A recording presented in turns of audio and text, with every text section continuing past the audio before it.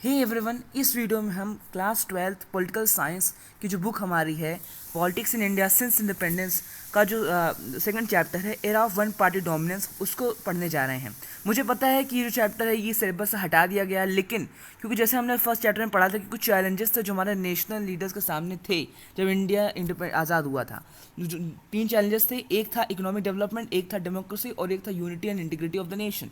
Unity and integrity of the nation वाला part हमने first chapter में कंप्लीट कर लिया है। डेमोक्रेसी वाला पार्ट की डेमोक्रेसी इंडिया में कैसे स्टैब्लिश हुई, एक डेमोक्रेटिक सिस्टम का ढांचा कैसे तैयार करा हमारे नेशनल लीडर्स ने, उसके बारे में हम इस चैप्टर में पढ़ेंगे। तो चलिए शुरू करते हैं। जैसे कि चैप्टर का नाम कहता है era of one party dominance. One party dominance मतलब कि कोई ऐसी पॉलिटिकल पार्टी थी जो डोमिनेट कर रही थी इंडिया के इंडिपेंडेंस के जो पहले डिकेड्स थे, मिड 1940s और फिर मिड 1950s 1960s, इन सब जो दशक रहे हैं इन सब में इंडिया की जो पॉलिटिक्स को जो पॉलिटिकल पार्टी डोमिनेट कर रही थी उसके बारे में इस चैप्टर में पढ़ाया जा रहा है। और साथ साथ ये भी पढ़ाया जा रहा है कि उस पॉलिटिकल पार्टी के डोमिनेंस के बावजूद कैसे इंडियन डेमोक्रेसी जो थी वो सरवाइव कर पाई और कैसे डेमोक्रेसी को कोई खतरा नहीं हो पाया। तो चलिए शुरू करते हैं। देखिए यहाँ एक हमें स्केच मिला है, ये जो स्केच हमें मिल रहा है इसमें आप देख रहे हैं कि ये जो कार्टून बना है ये पंडित जवाहरलाल नेहरू का है, जो हमारे कंट्री के फर्स्ट प्राइम मिनिस्टर थे। उनके ऊपर ये कार्टून बना हुआ है। आप इसमें ध्यान से देख सकते हैं कि ये भी जवाहरलाल नेहरू हैं और ये भी जवाहरलाल नेहरू हैं, दोनों ही जवाहरलाल नेहरू ही हैं और जवाहरलाल नेहरू ही जवाहरलाल नेहरू को खींच रहे हैं। तो इसमें कहने का मतलब क्या है, कहने का मतलब ये है कि कांग्रेस जो थी, क्योंकि कांग्रेस के उस समय जो फेस थे उसमें जो कांग्रेस के नेशनल फेस थे और उसके कन्वीनर भी थे वो थे जवाहरलाल नेहरू। हाँ, प्रेसिडेंट कोई और था लेकिन उसके जो फेस थे वही थे। इलेक्शंस में भी और जहाँ भी कांग्रेस के इलेक्शन होते थे, कहीं भी रैली निकलती थी तो वही उसके मेन चेहरे रहते थे जवाहरलाल नेहरू। तो इसलिए यहाँ जवाहरलाल नेहरू कांग्रेस को रिप्रेजेंट कर रहे हैं और इसको दिखाने का मतलब ये है कि एक समय था जब ये जो कांग्रेस जो उसमें की पॉलिटिकल पार्टी जिसने डोमिनेट करा पूरी इंडियन पॉलिटिक्स को, वो उसने डोमिनेट करा, उसकी सबसे जो मेन पावर थी वो ये थी कि अपनी स्ट्रेंथ और अपनी वीकनेसेस को कांग्रेस जानती थी कि उसकी कौन से स्ट्रेंथ्स हैं और कौन से वीकनेसेस हैं, और उस स्ट्रेंथ्स और वीकनेस के बल पे उसने इलेक्शंस जीते।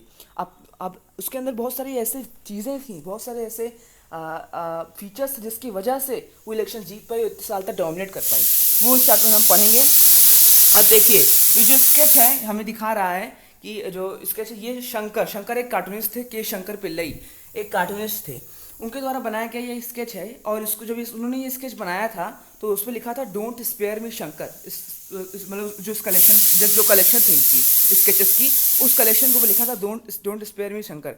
ये जो कलेक्शन था वो इंडिया चाइना पॉलिसी के ऊपर बनाया गया था। और इस कार्टून में दिखाया जा रहा है कि कांग्रेस कैसे अपने जब डोमिनेट कर रही थी पूरी इंडियन पॉलिटिक्स में तो कैसा उसका डुअल रोल था। डुअल रोल मतलब कि वो अपनी जो चीज़ें बनाती जो पॉलिसीज को बनाती थी उसी पॉलिसीज में अमेंडमेंट्स होते थे। और अमेंडमेंट्स कैसे होते थे, क्योंकि एक ही पॉलिटिकल पार्टी कांग्रेस में ही बहुत सारी अलग अलग विचारधाराओं के लोग सम्मिलित थे, अलग अलग आइडियोलॉजीज़ के लोग थे। ऐसा नहीं था कि एक ही आइडियोलॉजी को लेकर चल रही है, बहुत अलग अलग आइडियोलॉजीज़ के लोग थे जो हर बात पर डिबेट और डिस्कशन करते थे और किसी भी तरह का सेंट्रलाइजेशन नहीं हो पाया था इतना, इसलिए कांग्रेस इतना डोमिनेट कर पाई।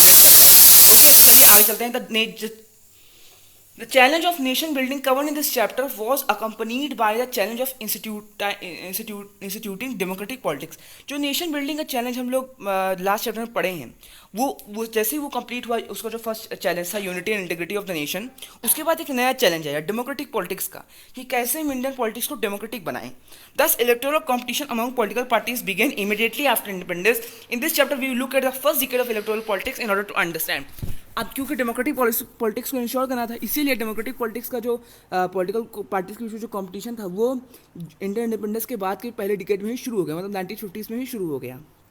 उसी को हम इस चैप्टर में पढ़ने जा रहे हैं, जिससे हमें पता चले कि कैसे एक सिस्टम बना फ्री और फेयर इलेक्शंस का, कैसे फ्री और फेयर इलेक्शंस हमारी कंट्री में कंडक्ट होना शुरू हुए। जैसे आज फ्री और फेयर इलेक्शंस होते हैं, जो वोटर्स हैं पूरा अच्छे से हम खुश होकर जाते हैं, वोट दे के आते हैं, क्योंकि उनको पता है कि किसी भी तरह की धांधली नहीं होगी वोट में।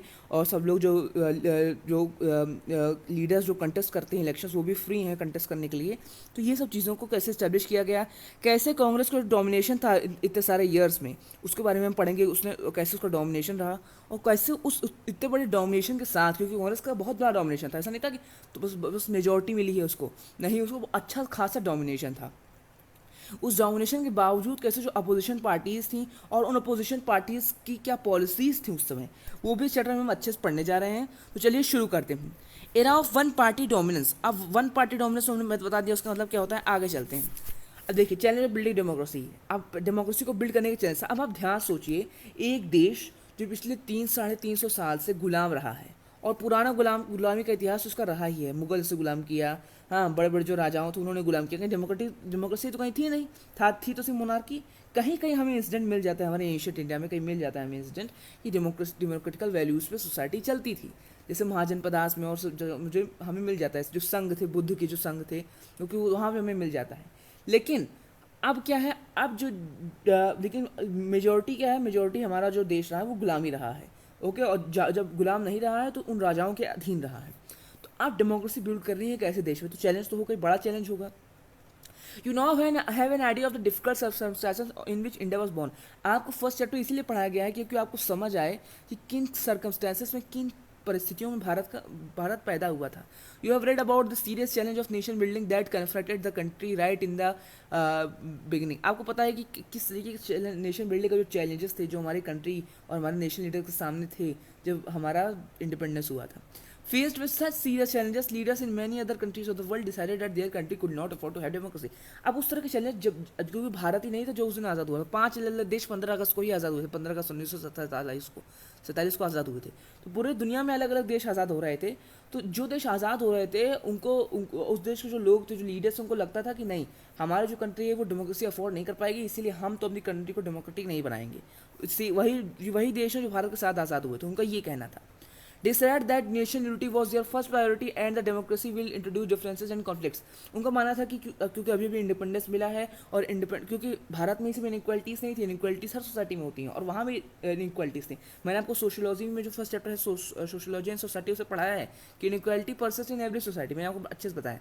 तो वैसे अलग अलग कंट्रीज़ में कुछ ना कुछ इनइक्वालिटीज़ थी, कुछ कॉन्फ्लिक्ट्स, अलग अलग आइडियोलॉजीज़ थी। क्योंकि जब इंडिपेंडेंस मूवमेंट किसी भी कंट्री का लड़ा जाता है, शुरू किया जाता है, तो एक ही आइडियोलॉजी को लेकर लोग नहीं चलते, अलग अलग आइडियोलॉजी भी होती है, सब जगह ऐसी था। तो इसीलिए जो वहाँ के नेशन लीडर्स और सब कंट्रीज़ को उन्होंने सोचा, नहीं नहीं, हम तो अभी क्या करेंगे, हम अपने नेशनल यूनिटी को प्रायोरिटाइज करेंगे और डेमोक्रेसी अभी इंट्रोड्यूस नहीं करेंगे, क्योंकि बहुत सारे कॉन्फ्लिक्ट्स हैं, बहुत सारे डिफरेंसेस हैं। अब हमें हमारे पड़ोसी देश पाकिस्तान को देख लीजिए, हमसे एक दिन पहले वो आज़ाद हुआ, 14 अगस्त 1947 को।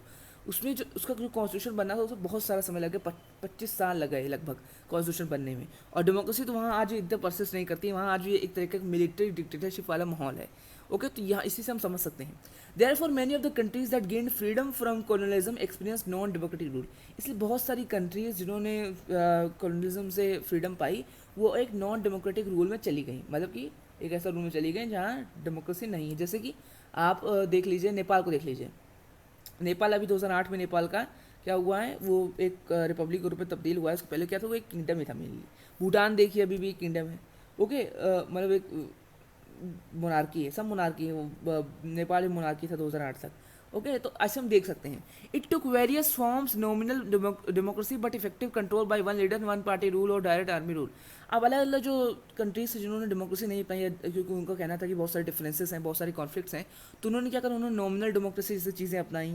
ओके, एक लीडर द्वारा इफेक्टिव कंट्रोल अपनाया कि एक ही लीडर पूरी कंट्री कंट्रोल करेगा। एक पार्टी रूल अपनाया कि एक ही पार्टी पूरी कंट्री में इलेक्शन लड़ेगी, जिसे वही जीते। डायरेक्ट आर्मी रूल की सिर्फ आर्मी सीधा रूल करेगी। ऐसे बहुत सारी अलग अलग फॉर्म्स ऑफ गवर्नमेंट लोगों ने अपनाई। Non democratic regimes always started with a promise of student democracy very soon, but once they establish themselves it was very difficult to dissolve them. पहले तो जो नेशनल लीडर्स उनको बोला था, हाँ अभी तो हम ये सब चीज़ें अलग अलग फॉर्म्स ऑफ गवर्नमेंट अपना रहे हैं, हम मिलिट्री डिक्टेटरशिप अपना रहे हैं, मोनार्की अपना रहे हैं, सब चीज़ें अपना रहे हैं। Okay, effective control by one leader अपना रहे हैं, सब चीज़ें हम अपना रहे हैं। लेकिन बाद में हम क्या करेंगे, बाद में हम डेमोक्रेसी लगा देंगे, डेमोक्रेसी इंश्योर करेंगे पूरी कंट्री में, उनका ये कहना था। लेकिन ऐसा कभी नहीं हुआ। एक बार जो रिजीम इस्टेब्लिश हो गई थी, उसको हटाना बहुत मुश्किल हो गया था हर कंट्री में। The condition in India were not very different, but the leaders of the newly independent India decided to take the more difficult path. Any other path would have been surprising for our freedom struggle that was deeply committed to the idea democracy. अब देखिए, हमारे जो India में जो condition थी वो इतनी अलग नहीं थी, क्योंकि हमारे इंडिया में ही बहुत सारे डिफरेंसेस थे, बहुत सारी कॉन्फ्लिक्ट्स थे, अलग अलग लैंग्वेजेस के लोग थे, अलग अलग सेक्ट से, अलग अलग रिलीजन, अलग अलग लिंग्विस्टिक ग्रुप से, अलग अलग रीजनल ग्रुप्स, ट्राइबल ग्रुप्स, अलग अलग जगहों से, अलग अलग पृष्ठभूमि से आने वाले लोग थे। तो हमारे यहाँ तो कंडीशन और भी डिफरेंट थी। ओके, लेकिन तब भी हमारे जो न्यूली इंडिपेंडेंट इंडिया के जो लीडर्स थे, जैसे नेहरू जी, सरदार वल्लभ भाई पटेल जी, ओके, जितने भी सब लीडर्स थे, इन्होंने क्या सोचा कि नहीं, हम एक डिफ़िकल्ट पाथ चुनेंगे, हम आसान रास्ता नहीं चुनेंगे, हम डिफ़िकल्ट पाथ चुनेंगे। और कोई और पाथ अगर वो ले भी लेते, मान लीजिए कोई दूसरा पाथ ले लेते, लोग डिक्टेटरशिप ले लेते हैं, मिलिट्री डिक्टेटरशिप ले लेते, या फिर वन पार्टी सिस्टम ले लेते, कुछ भी ले लेते, तो वो हमारे फ्रीडम स्ट्रगल के लिए सरप्राइजिंग हो जाता, वो हमारे फ्रीडम स्ट्रगल से अलग हो जाता, उससे रिलेवेंट नहीं रह पाता, क्योंकि हमारा जो फ्रीडम स्ट्रगल था वो आइडिया ऑफ डेमोक्रेसी के आइडिया पर कमिटेड था। क्योंकि हम जानते हैं कि हमारा जो पूरा फ्रीडम स्ट्रगल रहा है उसको कई बार डेमोक्रेटिक वैल्यूज़ को बहुत अच्छे से अपनाया गया है, चाहे वो कांग्रेस के प्रेसिडेंट्स को इलेक्ट करना हो, चाहे फिर गांधी जी द्वारा किए गए सत्याग्रह हों, ओके, सब में डेमोक्रेटिक वैल्यूज़ को इनरिच किया गया था, चैलेंज किया गया था, ओके। तो और our leaders were conscious of the critical role of politics in democracy, और हमारा जो लीडर्स उनको पता था कि पॉलिटिक्स जो है वो कैसी होनी चाहिए किसी डेमोक्रेसी में, इसीलिए वो और भी चाहते थे कि डेमोक्रेसी हो, और बहुत कमिटेड थे कि डेमोक्रेसी इंडिया में आनी चाहिए, ओके। और बहुत सारे ऐसे इंस्टेंसेस हमें इंडिया फ्रीडम स्ट्रगल में मिलते भी हैं डेमोक्रेसी के, जैसे कि अंबेडकर जी और गांधी जी के एकदम डिफरेंट व्यू पॉइंट्स थे, लेकिन तभी उन्होंने एक दूसरे की बात सुनी, एक दूसरे की बात समझी, और पूना पैक्ट साइन हुआ। चाहते तो लड़ जाते, एक दूसरे के बीच खिलाफ जंग छिड़ देते, लेकिन नहीं, जैसे डेमोक्रेसी में बड़े बड़े लीडर्स एक साथ बैठ के बात करते रहते हैं, जो डेमोक्रेसी की सबसे सुंदर चीज़ें हैं कि लीडर्स का एक अलग अलग आइडियोलॉजीज वाले लीडर्स का एक साथ बैठ के बात करके अपने सब प्रॉब्लम्स को सुलझाना, वो उन्होंने किया। तो ऐसे कई बार हमें इंस्टेंसेस मिलते हैं। They did not see politics as a problem, they saw it as a way of solving the problem. और देशों ने क्या देखा, और देश के लीडर्स ने क्या देखा कि अगर पॉलिटिक्स आ गई, डेमोक्रेटिक पॉलिटिक्स आ गई, तो अलग अलग जो कॉन्फ्लिक्ट्स होंगे वो और आगे भड़केंगे, और जो कॉन्फ्लिक्टिंग ग्रुप्स होंगे वो और ऊपर आएंगे, और देश में इंसर्जेंसी फैलेगी, सब चीज़ें फैलेंगी। लेकिन हमारे देश के जो लीडर्स हैं उन्होंने सोचा नहीं, हम इसको एक प्रॉब्लम की तरफ क्यों देख रहे हैं, हम इसको प्रॉब्लम्स के सोल्यूशन की तरफ देख सकते हैं। जैसे कि अगर अलग अलग जो कॉन्फ्लिक्ट्स हैं, अलग अलग जो कॉन्फ्लिक्टिंग ग्रुप्स हैं, अगर उनके रिप्रेजेंटेटिव साथ में आएंगे, बात करेंगे किसी लेजिस्लेटिव असेंबली में, बात करने से क्या होगा, प्रॉब्लम सुलझेंगी, प्रॉब्लम सुलझेगी तो हमेशा के लिए प्रॉब्लम खत्म हो जाएगी, उसको दबाने से अच्छा है कि प्रॉब्लम खत्म हो जाए। तो उनका ये मानना था। Every society needs to decide how it will govern and regulate itself. There are always different policy alternatives to choose from. उनका मानना था कि हर सोसाइटी के पास ये नीड होती है, हर सोसाइटी के पास ये राइट होती है कि कैसे वो अपने आप को गवर्न करे और कैसे अपने आप को रेगुलेट करे, किसी तरह का उसके ऊपर कोई सिस्टम थोपना नहीं चाहिए। There are always different policy alternatives to choose from. There are different groups with different and conflicting aspirations. How do we resolve these differences? Democratic politics is an answer to this question. उनका मानना था कि हर society में, हर जगह पे एक policy को लेकर बहुत सारे डिफरेंसेस होते हैं, एक आइडियोलॉजी को लेकर बहुत सारे डिफरेंसेस होते हैं, बहुत सारे अलग अलग आइडियाज़ होते हैं। तो उनको हम कैसे उन डिफरेंसेस को कैसे रिजॉल्व करेंगे, डिफरेंसेस के साथ कैसे डील अप करेंगे, इसका जो आंसर होता है वो डेमोक्रेटिक पॉलिटिक्स ही हो सकता है। While competition and power are the two most visible things about politics, the purpose of political activities is and should be deciding pursuing public interest.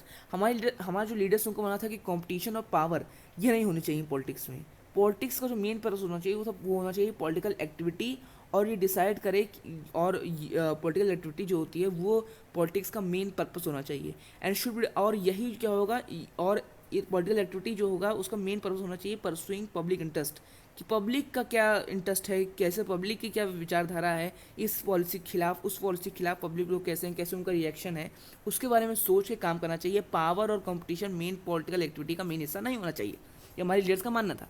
This is the route our leaders decided to take, और हमारे leaders ने public interest को ensure करने का जो root था वही choose किया।